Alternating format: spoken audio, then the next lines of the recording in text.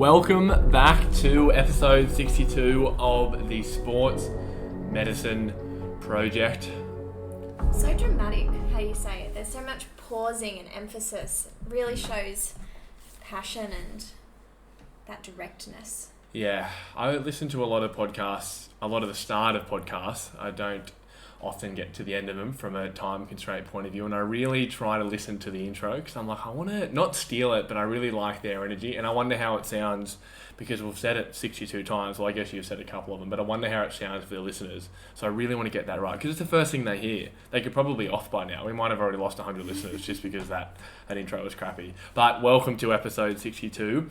I'm here with my co-host, physiotherapist and elite runner, Kelly Korchik. Yesterday, age grouper, second female on the Rafferty's 22k trail run. Congratulations. Thank you. How did it feel? How did it feel to get on the podium? It felt good. Good. I was so happy to do a run and not feel like I was dragging my feet through mud like the end of Queenstown. Queenstown Marathon, it really, yeah. Yeah, that was your first race back. No injuries in the lead up. I mean, you've had this insertional Achilles bilateral on your left or your right. It was mid-portion and then it just sort of shifted insertional, which I think is quite funny that it's done that. How, actually, to the listeners, what I hope they can share in my frustration, I have been trying to get Kelly. So when she had bilateral, it was more periostitis around your tibia. It wasn't really the bone, more that periosteum reaction. We did a couple of courses of shockwave, and my fault, I probably had the frequency too high, so it was quite irritable because you're straight on the tibia and it bruised after. But I've been trying to get I've been trying to get Kelly in the clinic to shockwave because the research is, I'm not going to say it's gold standard perfect, but the research, there is some evidence to say for mid-portion in insertional Achilles and chronic plantar heel pain. Or I guess really in plantar heel pain. So we're trying to get Kelly in the clinic, but she doesn't want to do it. Not chronic heel Achilles? Yeah, yes. Yeah, chronic Achilles as well. But there is one study... Mine's been that chronic though. Mine's been like for a month. It's been a bit niggly. Has it? No, it's been longer than that. It's definitely been longer than that. It doesn't stop me though. Like I can still run hills. I can still do strides. I can still do fast sessions, and it doesn't... The only thing is that I'm just a bit stiff in the morning. But that's not a reason. I don't think that's a reason to say, I'll just wait to get shockwave until it starts to stop me. Because I would think the worst case scenario, the absolute worst case, is it doesn't do anything. Either.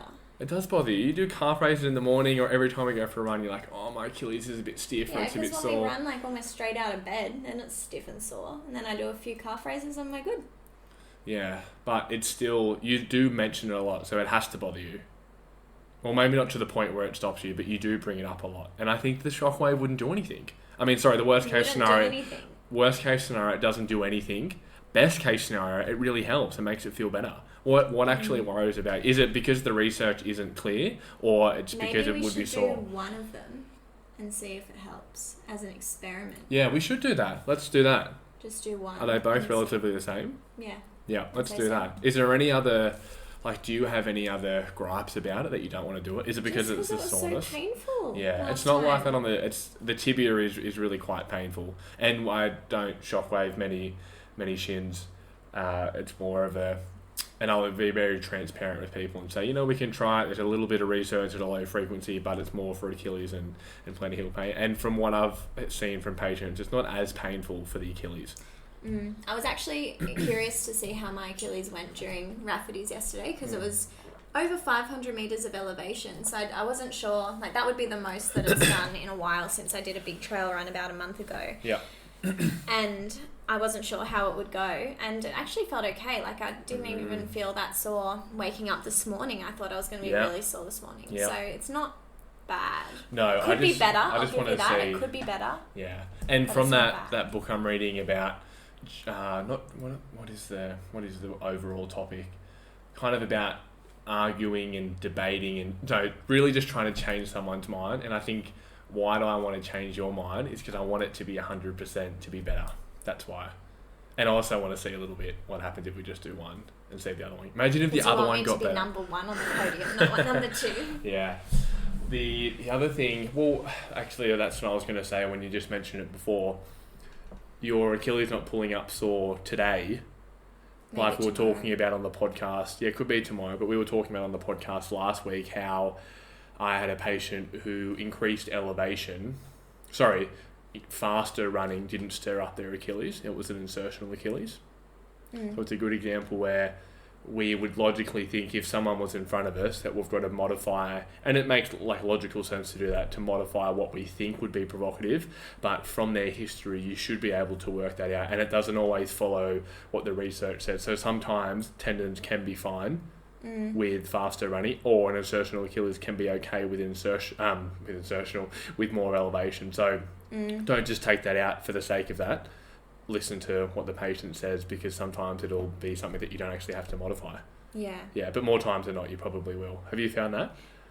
Yeah, definitely. I think in my case the heels are a problem typically, but I think mine's just pretty manageable at the moment. But for patients, yeah, definitely. I think sometimes you kind of make up, and that's why, you know, Dave often says, don't make rules around injuries. Don't make rules around what you should and shouldn't do. That's because good. You'll get unstuck. And I think that would be making a rule. Like if you said to someone, for a tendon, for example, you need to avoid compressive and those high tensile loads. Yeah. That's rules around tendons. And if you follow rules, then you're going to run into problems because it doesn't factor in the person in front of you and what their tolerances are. Yeah, like going into a compressive or going into forced or maximum or some degree of dorsiflexion with an insertional Achilles. Yeah. It makes sense that, yes, and from the research that can be a provocative load, but some people find it okay. And if you're not loading them in that sense, you're basically removing what you anticipate to be a provocative load, which is inherently going to affect their rehab and their time back to 100%. Because if you just avoid it and then start to add it back in, it's probably more likely to be sore.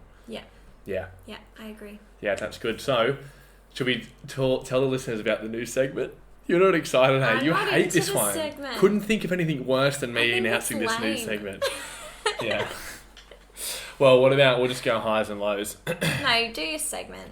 All right. No. Well, put it to the listeners. They might think it's cool. I just think it's boring. Yeah. So we were thinking. You were thinking. I was thinking.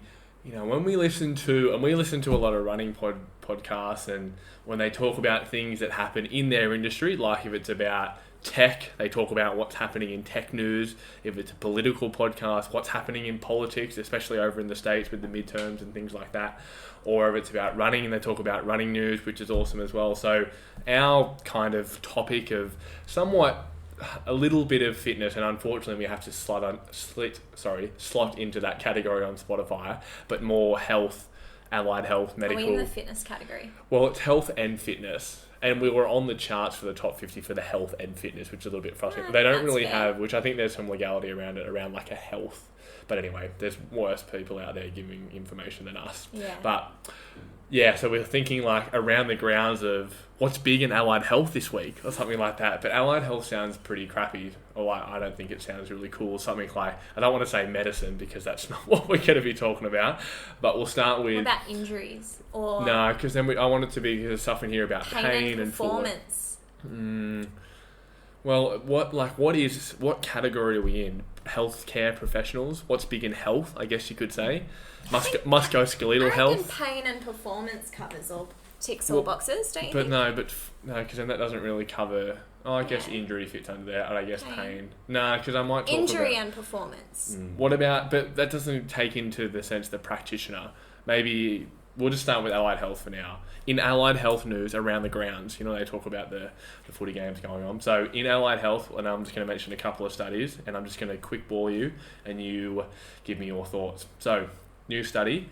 Does the choice of athletic footwear affect musculoskeletal injury risk in the US Coast Guard recruits? A retrospective cohort study of over 1,000 participants.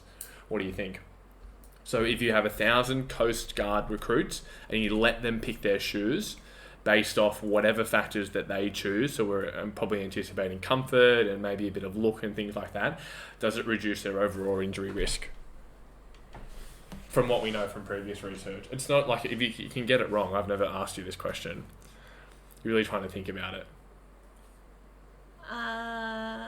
I don't know. It didn't affect injury risk at all. So if you let people pick their shoes, and this isn't for runners, but this is the kind of the follow-up I was going to ask. Is this non-painful painful injured people? Yes, yeah. Just asymptomatic? That's recruits going through for the coastal run in the States. So it didn't affect their injury risk. So could that then be extrapolated out to say that, because we've got the comfort filter and the comfort paradigm, does that mean that the comfort paradigm perhaps isn't as protective against running related injury as possible based off this study? And I'm extrapolating, I know, but could that mean that?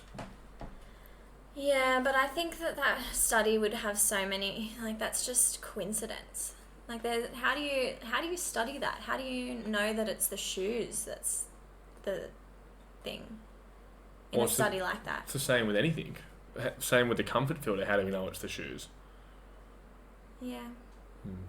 There's a lot, and that's the thing with any research. I think that's fair, though. I mean, I typically would say to patients, and I think that that's pretty across the board, that you would, if someone's asymptomatic, then you kind of just tell them to get something somewhat similar to what they're currently running in or wearing. Yeah, so that makes so much of a change. Yeah. And just pick something that's comfortable. Yeah, and isn't that like across the board advice? Yeah, but what are we basing that advice off? And that's Ben O'Neill's work talking about the comfort filter and perhaps the preferred movement pathway. So if you're in something comfortable, you move in your preferred way. So perhaps you've got more resiliency through that movement pathway compared to if you go into something that's not comfortable. So yeah, I just thought that was interesting because maybe you could have them together, maybe not. Just thought that was cool. Anyway, round the grounds. Next study. Vertical loading rate is not associated with running injury regardless of calculation method. That's an interesting one because I asked this question to lots of people. Vertical loading rates. So vertical loading rates just refers to the ground reaction force. Yeah. So based off Newton's laws, like when you hit the ground, the ground comes back at you. So that's the big spikes. Yeah. So, vertical loading rate is not associated with running injury, which we kind of knew, but there was a bit of research to say that it did, but it wasn't the greatest research. But regardless of how you calculate it, whether it be the peak or the intensity or over time, not associated with running injury, which is pretty cool. But again, this is just one study in many. A couple of problems, it only measured vertical, so we know that there's anterior, posterior force, there's all different forces that are applied. But that's an interesting one because you hear that a lot. And why I picked that study was I thought it was interesting because when we talk about running soft or cadence braking forces, running softer, does that, I guess what you're doing with that, amongst other things, is trying to alter that vertical loading rate, and perhaps it really doesn't matter anyway. Yeah, I think I listened to a podcast where they might have been talking about this study, actually. I think it might have been the person who conducted that study that was on the podcast talking about it, and thinking the exact same thing, that the spiel that I might often give when we're talking about manipulating cadence is that very thing, reducing that peak loading rate or distributing it over a in the symptomatic person though, period. Do you mean? Yeah. Not in, The other reason that I would go to manipulate cadence is because I don't think there's harm in changing that, and if it has an effect on their symptoms, then why not? But maybe it's just the mechanism by which it's effective, not the one that I thought. Yeah, and that's hard when you do something with an understanding in mind and it happens, but not by the way that you think, which it is somewhat of a problem because you want to understand how it happens, because if you understand the process, you can then modify parts. Which is what Dave and I were talking about a lot in the last podcast, was that we know exercise is effective for pain. We don't know how. Yeah. We know it works, and we know it's a good thing, but by which mechanism, we don't have the answer to that. Yeah. So you can recommend it. I think you just have to be a bit vague if they ask why. Yeah, there's proposed theories. I guess there's proposed theories with anything. Yeah. I saw a tweet the other day about how not people that don't like science, but people always say the problem with science is people believe one thing and then change their mind and believe something else. But that's the whole idea of science, is you continue to grow and build on what you've already learned. And I think if you don't do that, that's a problem. Yeah, definitely. Yeah, I think I remember, and it'll be funny to listen to when we get to episode 1000 in the future. Our first episode about stretching and dry needling and things like that. Which we're not going to talk about now, I still feel relatively the same, but nowhere near as much as, I guess, intensely as what I once did with dry needling. I don't use it still, but perhaps it's... Have you used it at all since coming down here? Well, we're going to talk about it when we talk about Baxter's nerve. Okay. Yeah, but... Talking back to you about modifying cadence and cadence, braking forces, vertical loading rate, I completely agree. In the symptomatic runner, there's probably a use case if it does modify the symptoms. What do you think about, or what considerations would there be for the asymptomatic runner? I think there is some research to support a higher cadence for improved running economy. I think, well, maybe not a higher, but maybe there's a bell curve where, there's maybe a more optimal window of cadence for running economy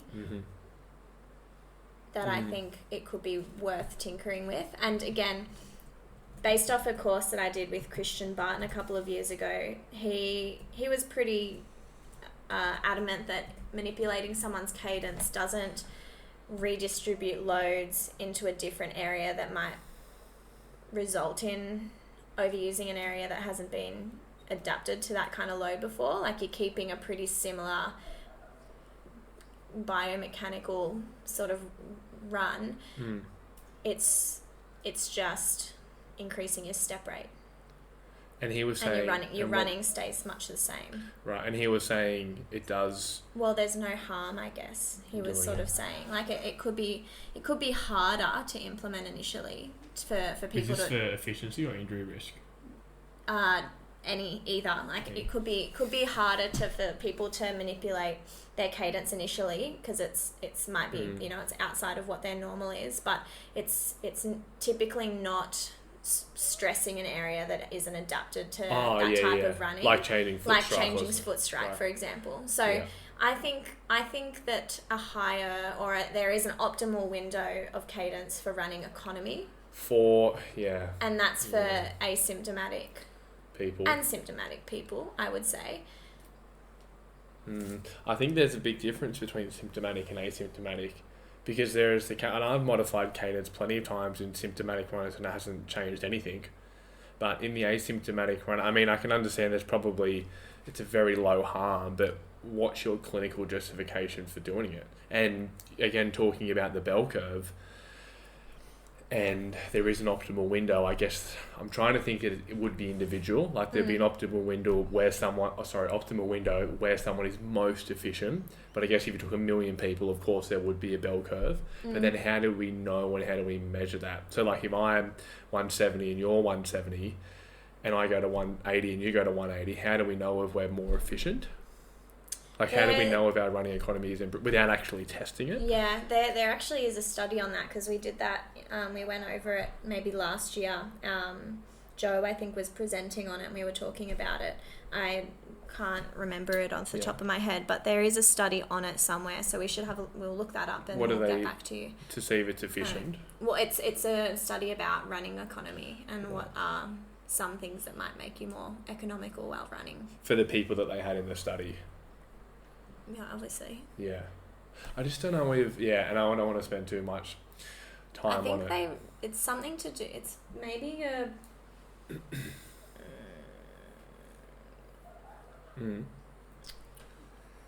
That's all right. I'm sure it would just be efficiency, or they measure like O2 consumption or O2 I think utilization. I think it is O2 consumption. I was going to say it's your like VO2 something max, but that's not right. It's something to do with that's your usually oxygen. how they measure efficiency. Which I agree there would be a number, a perfect number where you're most efficient. But what use case is that going to have for people that have that don't have access to the equipment as one? And then if you've run at 160 for the last 5 years, how do we know if running at 170 is better? It might not be. And also, do you have the equipment to test it?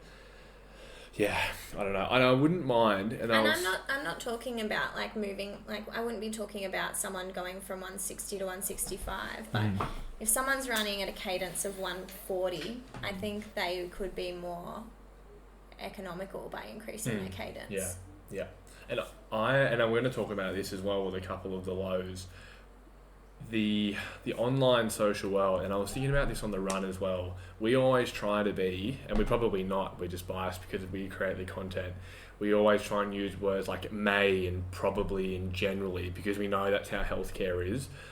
I don't know why it really just doesn't, I don't know how it really makes me feel when I see things that are so black and white, like this does this. And like you said, if you had written a content or posted something and said, if your cadence is 140, it might be more efficient to run at 150. Not saying if you run at 140 and to go to 150, you'll be more efficient and you will reduce your risk of injury, because that's not true and it's not the case. And you can't give that information to people. And if we ever say anything like that, because we might say stuff like that every now and then, like I'm sure we have previously, I would question what we're saying. Yeah, and I'm going to thank, and I know he does listen, I'm going to thank the Irish physio for this one. And I think we talked about this maybe last time. So one, if you do create content and you listen to our podcast, what I want you to do, this is a challenge, before, even anyone that listens to this, before you say anything, before you post anything, read back over the content or think back to what you're about to say. And I want you to mutter these words. Is it Greg Lehman proof? And it's hard during our conversations because we just tangent off and then we start rambling about something and we don't have the information in front of us. So it's, the content, it's quite hard. Content's different. And what that means is if Greg Lehman were to see it, and we love Greg Lehman, like we're going to his course, super excited, been following him for so long, and we can't wait to meet him and go to his course, and we've done his online course as well, and we really like his approach to social media, and which is just calling out those really, I guess you would call it reductionist or a bit of dogma. He, just has this way of, if someone says something really black or white, he just has a really good way of answering it. So if you're looking at your content, think, if Greg Lehman was to read this, would he say that this, probably what you're saying isn't true, or we don't have the research to support that? Is what I've been trying to do. And it seems to work because I have changed a couple of things. So how that happened to me is I put up a post about tendons and said that heel lifts don't change the physiology of the tendon. And what I meant from that is heel lifts don't make your tendon stronger. They just inflation, raise your capacity a little bit. Inflation. Sorry, they inflate your capacity a little bit. Inflation. They inflate your capacity, and strength training and plyometric work will increase the capacity of the tendon. And then he commented and said, I don't know what you mean about heel lifts, because they probably do change the physiology of the tendon through some mechanical pathway or something to do with the central nervous system, which he is right. And so now I'm just saying to look at my content and go, is it Greg proof? And I've changed a lot of things because I'm like, I can't say that. I can't say that. I have to say generally we think this, or I can't find any studies to support this. I can't say it. And it makes the content take a lot longer, but you do feel quite well equipped when someone does ask you, or when someone says something, because you're like, no, I remember reading about that for 2 hours and I couldn't find anything. What can you find? But anyway. I just need to raise something with you. Yeah. Do you think that what we've just discussed was in our clinical running news, or not running, what was it? What do we call it? In Allied health news. Yeah. Or could we have just talked about that? Does it need a segment? Listeners, what do you think? Because we just kind of talked crap, Yeah, well, the listeners can't answer, so I'm saying yes. So we're 1-1. 1-1. 1-1. We need a third person. And I have to get into the ring later. Yeah, the last one I was going to talk about was... No, I'm sick. I want to ask you some questions now. You're done. I don't want to listen to your studies anymore. They're boring. Okay, go. No. What's it about? Is it interesting? Boring anyway. No, it's just something I spent the last 5 hours on, but it's sweet. Don't worry about it. No, it's fine. I'll call Mum later and tell her. She'll care. Okay. I want to ask you some questions because you've asked me heaps. I want you to tell me how you can differentiate between plantar heel pain and a Baxter's nerve entrapment. Yeah. So I'm not great at really specifically being able to tell the difference, and I don't usually tell patients that it is a Baxter's nerve. I will say that there's a lot of nerves that run in through here, and there's the branch, the Baxters, there's the medial calcaneal nerve, and it could be one of them, but that's what it's presenting like. But how I do differentiate, usually it doesn't behave like a plantar heel pain or plantar fasciitis or plantar fasciopathy. So I don't typically see that they have morning pain or morning stiffness and it gets better. With plantar heel pain, we typically see the more time they spend on their feet, the worse that it gets. Whereas with a Baxter's nerve, and as I'm saying this, remember that they can all happen in I guess, intertwined and together. They don't have to follow or fit into one box. So plantar heel pain typically gets worse the more that you're on it. Whereas a Baxter's nerve, I see, generally gets to a point and then stays pretty stagnated. And that's obviously to a point. If you go out and run a marathon, it's probably going to get pretty sore. The pain usually is different. So they don't generally report pain central to the heel or through the arch. It's more, I guess you would call, inferior to the medial part of the ankle. So just around the tarsal tunnel or just inferior to the tarsal tunnel. And then the pain is usually different. So it's more neurological pain. Burning, stiffness, it feels really hot is another one. And Stiffness? No, like neurological. Did I say stiffness? Yeah. Sorry, I meant burning, numbness, and it feels really hot. Okay, yeah. Is usually another differentiator. Doesn't mean it can't happen with plantar heel pain. The other one is mechanical offloading doesn't usually make it feel better. So soft thongs and archies, shoes, which typically make heel pain feel better. People can't go barefoot. Don't make a huge difference. But sometimes that can be different as well, depending on the foot type. Okay. So they're a couple of ones. And yeah, where they report pain, it's different. The pain is probably it's more like through the abductor hallucis belly. And would they have pain on palpation, like where you'd normally expect in like a plantar heel pain? No, so they've got usually pain through the abductor hallucis or inferior to the medial ankle, whereas plantar heel pain is usually more central to the heel and then usually more at the start of the arch and along the arch, if it's, more that attenuative plantar fascia. And it doesn't really fit into the plantar heel pain box of it's really sore in the morning, so they get start-up stiffness and then it warms up and starts to feel better, and then in the average case, not all the time, but in the average case, it usually gets better towards the end of the day. Yeah. That's typically for plantar heel pain. Whereas, and I usually just call it a neuritis, or I'll say, and I've got a really good picture on my computer where it shows the nerve running between the abductor hallucis muscle, which is the superficial one, and then the quadratus plantae, which is the more deeper muscle, and that nerve runs in through there. So one thing that's important to say to patients is the nerves always run through there, knowing that for the last 30 years, your nerve has always run through there. So it's not that that's the reason that you've got this discomfort.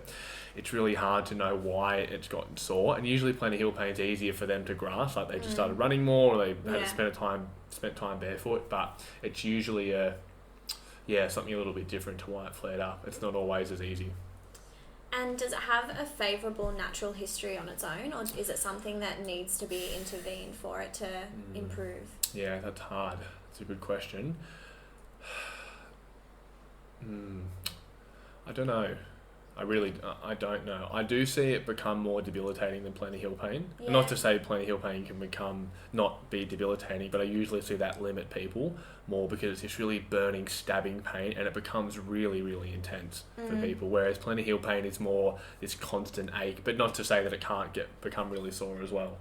And the area is a lot harder to offload. I mean, from a treatment standpoint, with plantar heel pain, it can be a bit easy with heel lifts and inner soles and good shoes and taping and activity modification. But with this, it's usually a lot harder. And then what would the management be? Yeah. With intervention? Yeah, that's another hard one as well. So I found trying to, like, low-dye tape works really well, but trying to, as much as you can, limit the subtalar joint pronation to, and I think my theory is, and it sounds logical, but it might not be right, I really don't know, the way that the subtalar joint works, and as you pronate, the arch will flatten, which is a completely normal movement of the foot.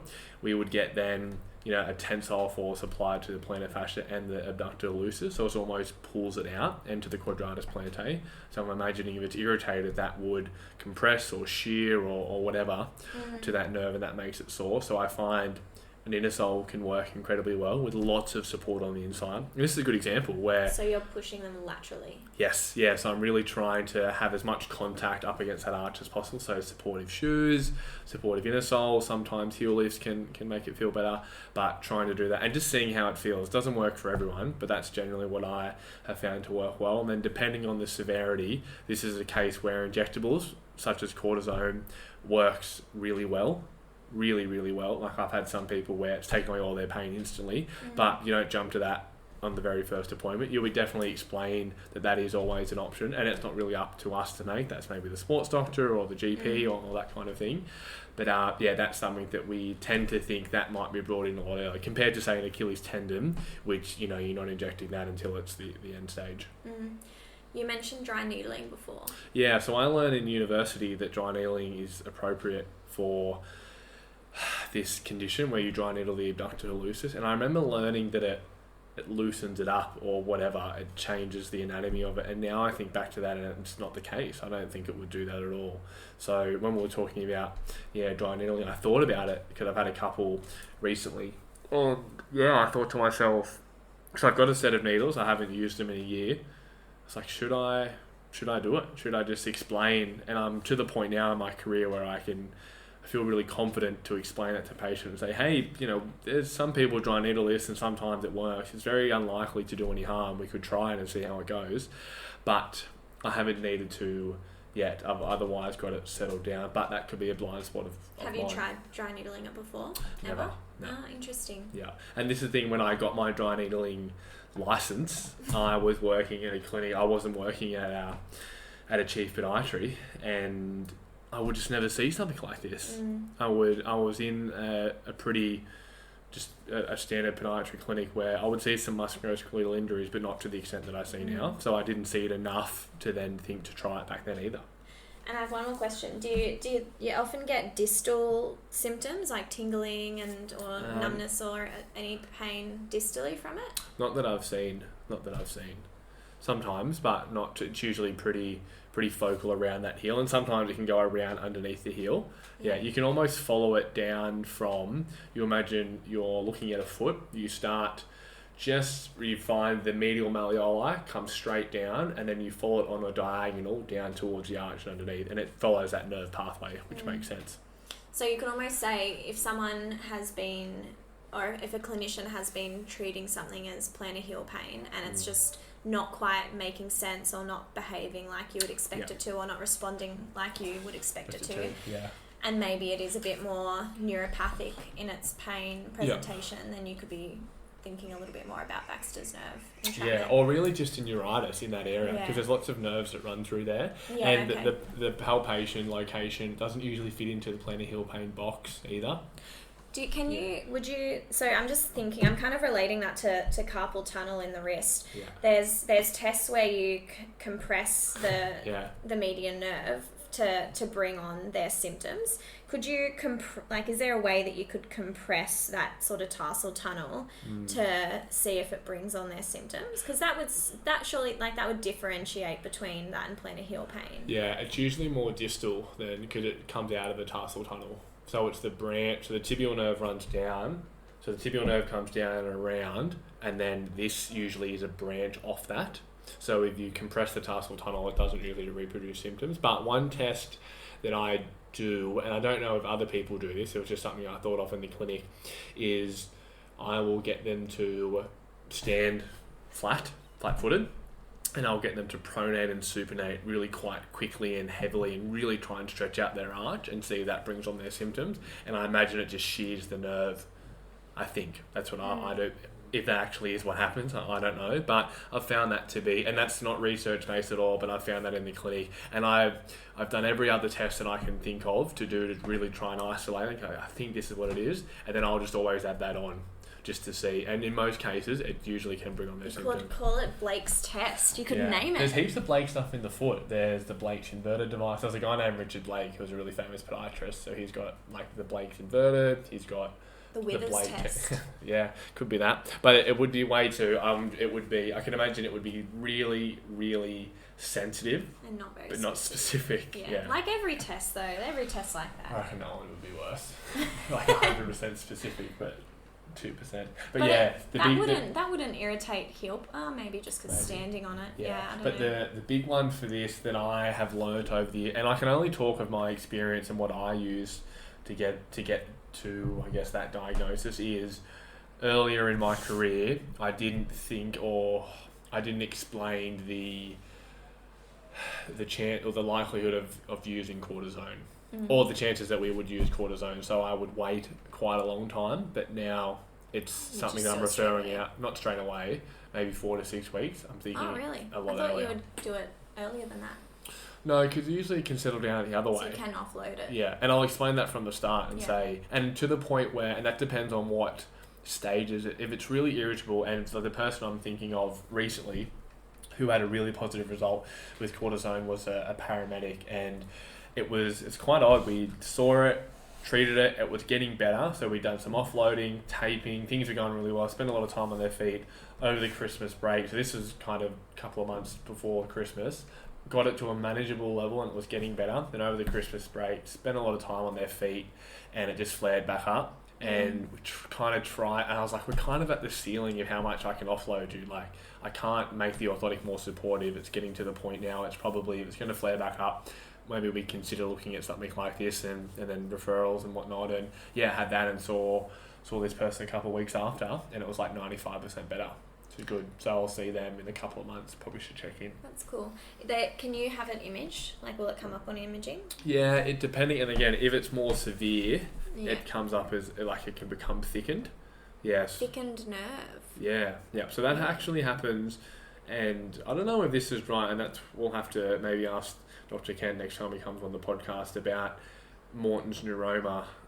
What I've heard people say is it's not very likely to be a Morton's neuroma. It's more of a neuritis. So in the chronic stages, the nerve can get thickened, but in most cases, it's more of a neuritis, not a Morton's neuroma. And maybe it's just terminology. That makes sense to me, I guess. Yeah, but in the more chronic, what was your question again? I forgot. Can it be? Oh yeah, sorry. Yeah, when it's more thickened, and I've had a couple of people where they've had an image and it's just come back as like Baxter's nerve is thickened. Interesting. Thank you for that. I learnt a lot then. And that was good. We did the post about it spark your interest? No, actually, a patient that I have that I'm treating at the moment for plantar heel pain that I'm not sure if it is plantar heel pain or not. I'm wondering if there is a Baxter's nerve entrapment, and I wasn't super confident with how to differentiate between the two. So I'm pretty confident that it's just not behaving like normal plantar heel pain would, but I wasn't sure how to actually assess to see if it could be a Baxter's nerve entrapment, and that's why I wanted to ask you about it. And heel pain probably I would say heel pain responds better to mechanical offloading, like soft shoes and soft insoles and things like that, whereas Baxter's nerve probably not so much. She's responding well to low-dye tape. Yeah, well, that's probably both. I mean, really anything in the foot respond, except for like a flexor hallucis, usually responds pretty well to tape. Yeah. Interesting. Yeah. I have 2 more questions for you. They're linked. I want to know as well, how do you approach, and the reason that I am asking these is because I've been making my way through the Better Clinician project with Ben Cormack and Adam Meekins, and they did a topic on communication, and I was interested to hear your thoughts on this particular topic. How do you manage a patient that is clearly bored and disinterested? Like, for example, someone that's been sent in because of they're on work cover and they have to be there, and they just kind of need clearance almost and a few sessions, but clearly they're not that into rehab and they don't really they almost don't want to get better. Or typically like a male his wife's been nagging him to come in to have his shoulder looked at, and he thinks he's okay, but his wife's just been like, go and get it looked at, and he comes in and he's not heaps keen to be there, and he sits down, he's like, look, to be honest, like my wife just told me to come look at, I'll say ankle for you because you don't see shoulders. Yeah, that's what I want to know. Yeah, it doesn't happen really often at all. I don't have an answer for you. I've never actually thought about it. Yeah. That hasn't. Usually most people, maybe something that I could relate to that is when people come to see me, probably not even that, people come to see me for a checkup or a biomechanical checkup, like, hey, I just want to make sure everything's aligned and functioning and everything's okay, they don't have any pain. I have that quite a bit, and I'm thinking of a person that I saw for pain, and then they sent their husband in who was completely fine and just wanted to check up and just wanted a shoe recommendation. And I just run through things as if the person did have pain and look at everything that goes on. And you do some tests that are probably you don't need to, but whether you're doing them to fill time or you're trying to do them to show, like when I'm talking at their ankle range of motion, I'll just go through all the range and say things look really good. And even if there was some little restriction or some stiffness, you don't have any pain now and you haven't had any pain for a while and you're functioning at a high level, so that doesn't really matter anyway. Watch them walk and run and hop and jump and squat and do all those things. Go, great, everything looks really good. Yeah, but that's not really related to your question. And just instill confidence in them. That is all I'll do for that. But that doesn't really answer your question, so I apologise. That's okay. I have quite a few patients, I would say, that are like that, and they would majority of them be on work cover. And the thing that I found really interesting was that we often talk about having silence initially when we're doing an initial assessment and going through that subjective and give them time to speak. But patients that are not that keen to be in there and they kind of walk in, they sit down, they're like, I'm here because I tweaked my back while I was at work. Like, I think I'm all right, but I need to come in because I'm now on work cover or my employer wants it to be assessed. And they are really short with you, and they kind of just sit down, they're like, my back hurts. I'm like, okay, since when? You're like, a few days ago. And they don't elaborate on anything. And it's really, really hard to get information out of them. And I find with them, you really need to be like almost prying that information out of them. And if you leave too much silence, because I've tried to just give them silence, they are almost so disinterested that they just don't even care, and they just sit there and they kind of look at you like you're an idiot, because they sit down, they expect you to run the show, really. And I think that that's a case where silence maybe doesn't work so well, and I think you need to keep some momentum going with them to keep them a bit more interested and engaged. And what are your thoughts? Do you say from the start, if they say, I just hurt my back a little bit, it's fine, it's only a little bit sore, do you try and pre-frame it to say, that's great, that's really good, let's just run through things to make sure that everything's okay and just check, and if everything's fine, that's awesome, but there is always the chance of it could be something more, so let's just try and check. I mean, that's probably a poor way to say it, but do you say that and pre-frame them to say something along those lines? Or not? Not to scare them and say, oh no, it could actually be something really bad, we need to rule that out. But do you sometimes say, that's really good, and it very likely is just something that's pretty unremarkable, but let's just check anyway. And run through things with a nice logical order so we don't miss anything. I think I need to probably start doing that more so, because that's times where I find it most awkward with patients, when I can just tell that they're just like, I don't want to be here. And the other advice that Adam and Ben gave as well was to sort of ask them what they know about physio, and to also thank them for coming in here, being like, look, I understand you're a busy person and you've got a lot going on, so thank you for coming in to have this assessed today. And then from work cover or just on the spot? Well, I guess that the example that they were giving was someone who had been on the who was that? Someone that had been sent, like his wife had been nagging him about a shoulder for a while, and he finally came in. So that wasn't a work cover example. But still saying, thank you for taking the time to come into this appointment today. And then, as you said, we're going to run through everything in a nice logical order, make sure that there's nothing nasty going on, and give you the best opportunity at getting back to 100% or whatever. Yeah, I like that. Yeah. We like the nasty, sinister stuff, and the prognosis is probably pretty good, but we just want to make sure. And I would never say that to someone, but the truth is it can be something sinister and nasty.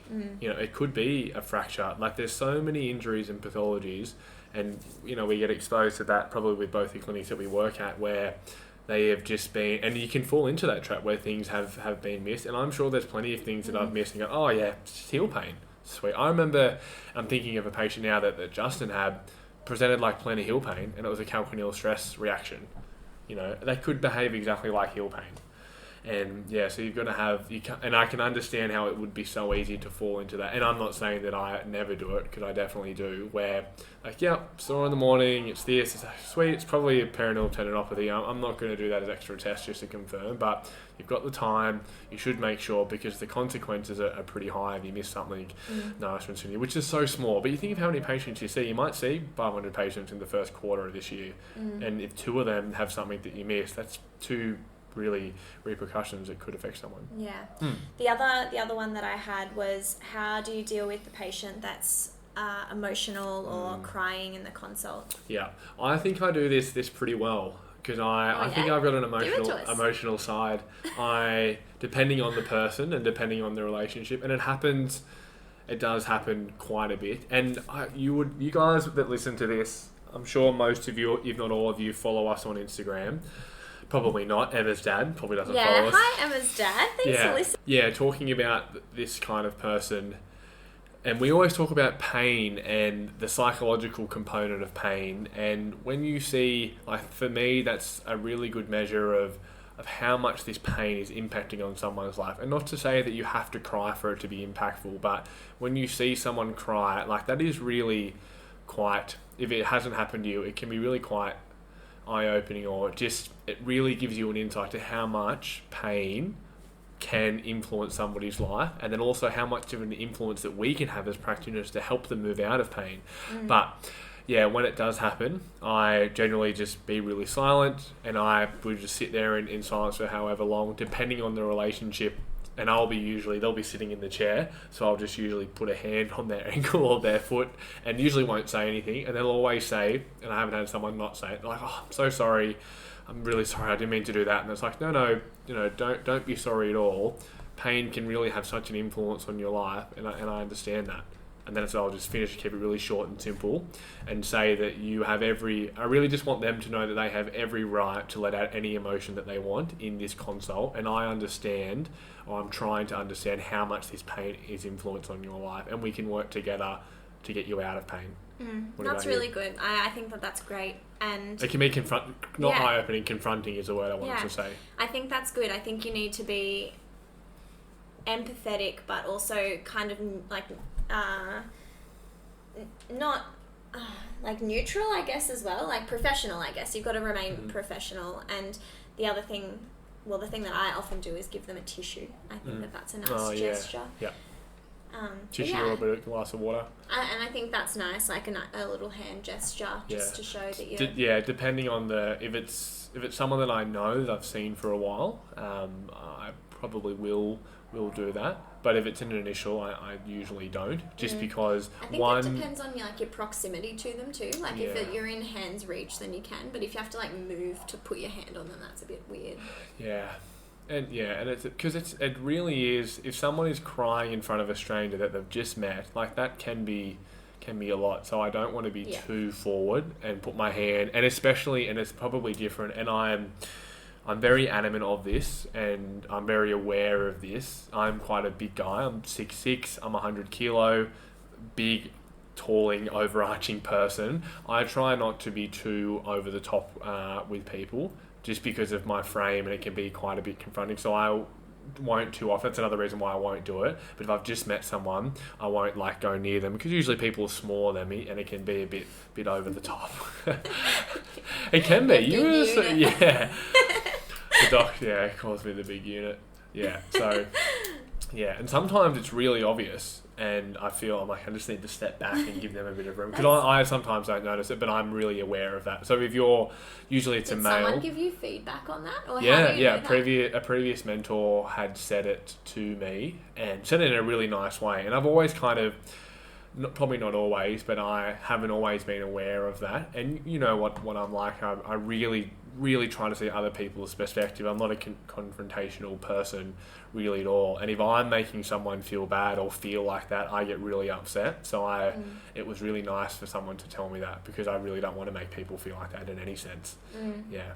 Yeah, well, even you see photos of Kelly and I on our Instagram, like how much bigger I am than you. And you don't notice it when you're just always this size. People don't know what it's like up here. I don't notice the size difference between us until I see a photo of us and I'm like, wow, we do look I look weird. like an action figure. Yeah, but that's probably some advice. That's some really niche advice. Yeah, if you're I like that. If I you're think a that's bigger, something for everyone that they can reflect on about their own personalities, even or like personal space, yeah. and just your size. And I have it with the students as well.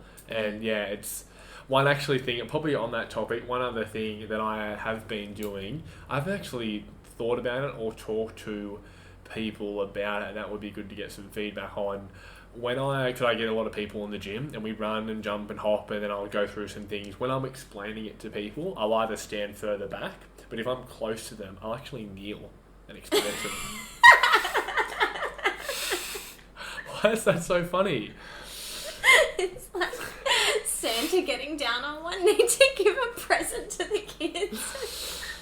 I just feel so much more comfortable when because there isn't anyone, probably two guys That's funny. over the last year who have been my height, and I always have a joke. And if I'm doing a running event or a triathlon, I'll run past people and go, people don't know what it's like for us. But then if you kneel, they'd be taller than you. They are, because I don't want the dynamic to be like, I am telling you what is going on, and like I'm pointing, because I use hand gestures. I don't know what the answer is to that. That's funny though. I didn't know you did that. I don't like to sit. I think the other thing that's similar, like on that topic, is being aware of your natural personality, and this isn't saying to that's another change good it. one. Yeah. But I think this is relevant. Something that you've had before is that you're always so like passionate and enthusiastic and big and large, and if you have someone that's coming in that's quite sort of shy and timid, and you're very like over the top, I think that's a clash as well. So I think sometimes you need to almost mirror their level in a sense. And a lot of the time, like if you're a reasonable communicator, you probably do that without even realizing that you for sure. do it. Yeah, my tone stays pretty similar. Throughout the appointment. And I will match. I had this lady on Friday. Oh, she was from England. Just had heel pain for a year. She was so funny. She was so funny. We were just talking about, and I was like, "Oh, you'll be dancing back here in a couple of weeks," and she was just doing some dancing. That's it was the so much times fun. where you just let that go. But you are right. The person, and I imagine the archetype, they've had pain for a long time. They've been burnt in the past by other health professionals or by the doctor, or they've been shoved away, and they've really mustered up the courage to come in and see someone. Yeah, you've got to be, just quite, not monotone, but really quite... Just mirror. I think you just have to mirror them. Yeah, I think that's the... And I do. I think that you probably do it without even realising that you do a lot of the time. Yeah. Well, we'll nearly wrap up, but we haven't even done the highs and lows, and we need to do that segment. Have you got anything from your highs and lows? The Allied Health News. No, just highs and lows. That segment's done, buddy. I thought we were coming back to it. No, you hate it. Then we're going to say it again. I want to talk about my lows. Okay. Unless you had... I've got a high and a low. I've got a single, an uno of each. Uh-huh. My high was the trail run yesterday, which we already talked about at the start. Just felt really good, really fresh. I was quite demoralised after Queenstown. It was nice to feel good throughout a whole run and feel strong, and it was just beautiful. Also, I recommend that run to absolutely everyone. It was great. That's it. Mm-hmm. My low was... I'm interested to hear your thoughts, because this is also not something that we've spoken about before, and I also don't know if it's a low necessarily, but it's probably more a reflective point. I had a older lady coming in who has had borderline persistent knee pain. It's probably around about the 3-month mark that she's been experiencing her knee pain. I think she's about 70 something, and she feels as though she needs an arthroscope because she's had it previously and it was really effective. And from that experience, she probably doesn't realise that she's like an outlier in the effectiveness of arthroscopes, because we know that they... Yeah. Sorry? What were you going to say? I was going to say, but that's not her fault. No, not at all. Not at all. Yeah. But she doesn't realise that she's an arthroscope. She doesn't realise that she's an outlier in how effective that arthroscope was for her other knee. after she had a similar type of pain. So she thinks that that's exactly what she needs this time. And it just started coming out of my mouth before I realized what I was saying. And I just kind of said it, and then I was like, that probably wasn't the best way to approach it. But I started saying to her, well, the research says that arthroscopes may not be the best long-term solution for something like what you're experiencing at the moment. And we actually know that exercise and getting it moving, because she hadn't tried anything exercise-based yet, is going to have a better long-term outcome for you anyways. And as soon as I said that, I was just like, this is not the kind of person that gives a crap about research. And I just didn't think that that was an effective way to get her to believe that that's what she needed for her knee. But I was interested to hear if that's... Yeah, anyways, that was my low, because I just was like, managed that really badly. I should have done that differently, I think. Because I didn't think she was the kind of person that needed to... Yeah, anyways. Do you do that? You can still say it and they don't take it in. I mean, you just... If you believe that after you say it, I mean, it doesn't take up much time if you say that. But I guess maybe it changes their perception of what you think. I think the problem with it is, and this is something that Dave and I have talked about a lot, if you start to present information to people who have a belief about what they need, and you're just giving them information without allowing them to contemplate why you're suggesting what you're suggesting, then it almost sets up a bigger wall, or they almost become... They feel as though they need that arthroscope even more, because you're almost pushing, like going against what they are saying. Yeah, but you do have to give the information. Do you? Yeah, because they have to. Because the idea is they have to get to, for any idea or concept or belief, you have to get, the best way to get there is for the person to get there on their own. Yes, exactly. And they need the information. I don't think they need the information to do that. I think and this is directly coming from Dave Renfrew. He would be saying more as though, like, you need to get them to contemplate why they think they need that. And you need to get them to realise that that may not be the only solution. Yeah, but you have to give them information for that to happen. You can't just sit there in silence. Like, you have to give them something to think about. Yeah, but I don't know if you need to present the research to them for a patient like that. That's more what I'm implying. Yeah, so you don't have to give them empirical research, statistics. Yeah, I agree with that. You don't have to, but I do think you've got to give them... They have to have something to think about. You have to plant the seed or the idea of the concept. But I think that comes through asking them questions and creating doubt. Yeah, around why they think that that's what they need. I've got some pushback on that, because when you ask that question, what do you say? If I just say to you now, why do you think you need it? And you say, I don't know. What's your reply to that? I have had this conversation with Dave quite a lot too. Yeah. And he says that by asking them a question, you're getting them to contemplate it, even if they don't have an answer for it, and they will continue to think about that. And then how long do you have to do that for? I don't know. So you have to base... You've got to base this on a hunch that they are thinking about what you said, even though you've got no idea to know if they actually are thinking about it, and then hope they come to the idea on their own. I guess so. I don't think there's any harm in doing both, but I guess if you're giving them the research and someone's like, I don't care about... And that is true, people don't care about that. They care about what's happening to them. I do think, though, and this is not just Dave that's speaking, this is a lot of people that, like, in painland, and talking about chronic or persistent pain.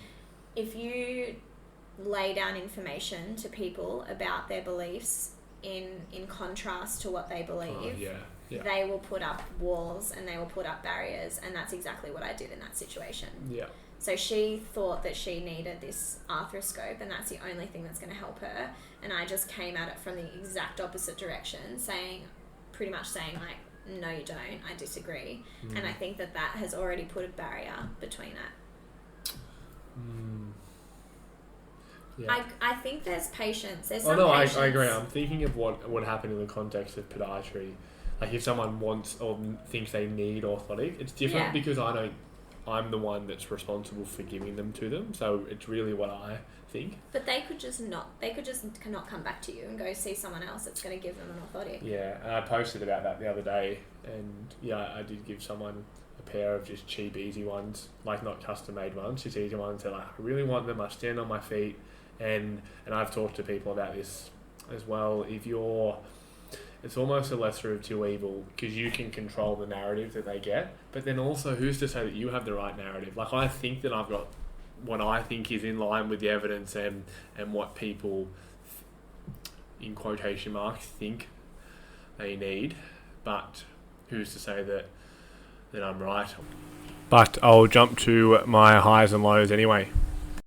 My highs and lows, well, yeah, highs be really quite quick. I saw lots of runners this week, which was really fun, and they were racing on the weekend, and it was great to see them on socials doing really well, and also seeing them out on course doing well. It was really fun. And one thing that I wanted to talk to listeners about, when you are seeing someone clinically, and let's say they've had an injury 5 weeks ago or a couple of months ago, and they are improving, it's very unlikely that you need to, and this is talking from a podiatry context, it's very unlikely that you need to actually modify their running. So someone with, say, plantar heel pain, or someone with a sesamoid injury, or maybe an intermetatarsal bursitis, and it's slowly getting better while they're still running the same amount, it's very unlikely that you actually need to change their running, and you can just modify the other external stresses. So you imagine the body takes in all these different stresses. The running stress doesn't have to change because you're actually modifying other stresses throughout the week. So they spend a lot of time on their feet, and you've used a really good shoe and some taping and some insoles and whatever else, some other strength training, rehab stuff. You can keep everything the same because you know you've got proof of concept, you know it's already getting better, so you don't have to modify their running, and you can modify the other external stress. Would you still look at their running though? Oh yeah, of course. Why? If you're not going to modify anything? Because I'll always explain that, and I'll say the reality of injuries are they can be unpredictable. We've got a bit of an understanding of what should happen. However, we could implement all these strategies right now and things could continue to get better back to 100%, which is probably most likely. However, it could also help to some degree, but it could turn a corner and start to become worse, or it could plateau, and we may need to modify your running in the future. And then I'll say that's the reality. So I'll always pre-frame it from the start because we might have to. Yeah. So that was a good high, I thought. I caught up with another podiatrist. That was really fun. Over and grabbed a coffee and caught up with him, which was cool. Lows of the week, as I was saying, I didn't bring my laptop home on Wednesday, so I usually come home and do a couple of hours of research, like writing a couple of papers at the moment, and also podcast content, also Future Health Network stuff. And I forgot to bring my laptop home from work, and yeah, I didn't cope too well. I not felt sick, but I was like, I felt like, what the hell do anxious. I do? Anxious. I've never seen you so anxious. Yeah, I didn't know to not do some work, so I need to work on that. And I'm not saying that's a good thing. I need to, and I just didn't want to, I don't like to really sit on the lounge and watch Netflix or anything like that. I just like to do work, and that's how I usually function better. That's my time. My most productive times. You need to be flexible. Yeah. It's usually most productive for me is between 8 and 10, but anyway. And do you think that's, what do you see that as? Do you see that as being, like, do you feel like you're addicted to work? I just enjoy it. I really do like writing research and learning stuff because I try to be quite active. We've got our university hours. I'm back teaching in a couple of weeks, seeing lots of patients, and I want to be a really good educator. And I want to try and get as good as I can be. And I know it takes time, but I want to just make those consistent gains. Yeah. And I think I think that's completely fine. But don't you think it's important to be able to switch off as well? Yeah, it is. But I have already time scheduled in the week. Like, I don't work. I work Monday to Friday, and then Saturday, one of the days of the weekend, I'll take off. So, like, this weekend, I worked all day today, but took Saturday off. Sometimes I'll do the opposite. So I've kind of got that scheduled time in. But, yeah, because I sit and not to say that people that do that, I just don't enjoy doing that, watching TV. I'd rather... Every now and then you do. Oh, every now and then. Yeah. Not to say that I'm like that all the time. But that's something I need to work on, work-load balance.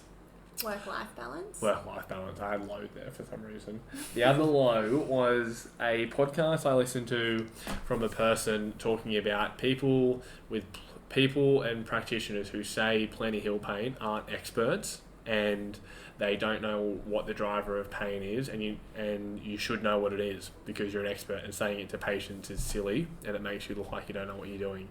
And I don't think that's the case at all. I think it's true that we don't know what the driver of pain is, and the exact same argument for non-specific lower back pain. He's making the same argument as Andrew Locke, telling people that they should know exactly what the driver of pain is. If you can rule out the nasty, sinister stuff, it's probably okay to say that. Yeah. And explain that to the patients and say, I don't really know. It could be this or it could be that, but we can treat it clinically. It's likely to be this. And imaging is not going to change that because it doesn't tell us what is the driver of the pain. But it's not the worst case to say plantar heel pain. Yeah, I totally agree with Well, let's wrap it up then, hey? Any parting words for the lovely listeners?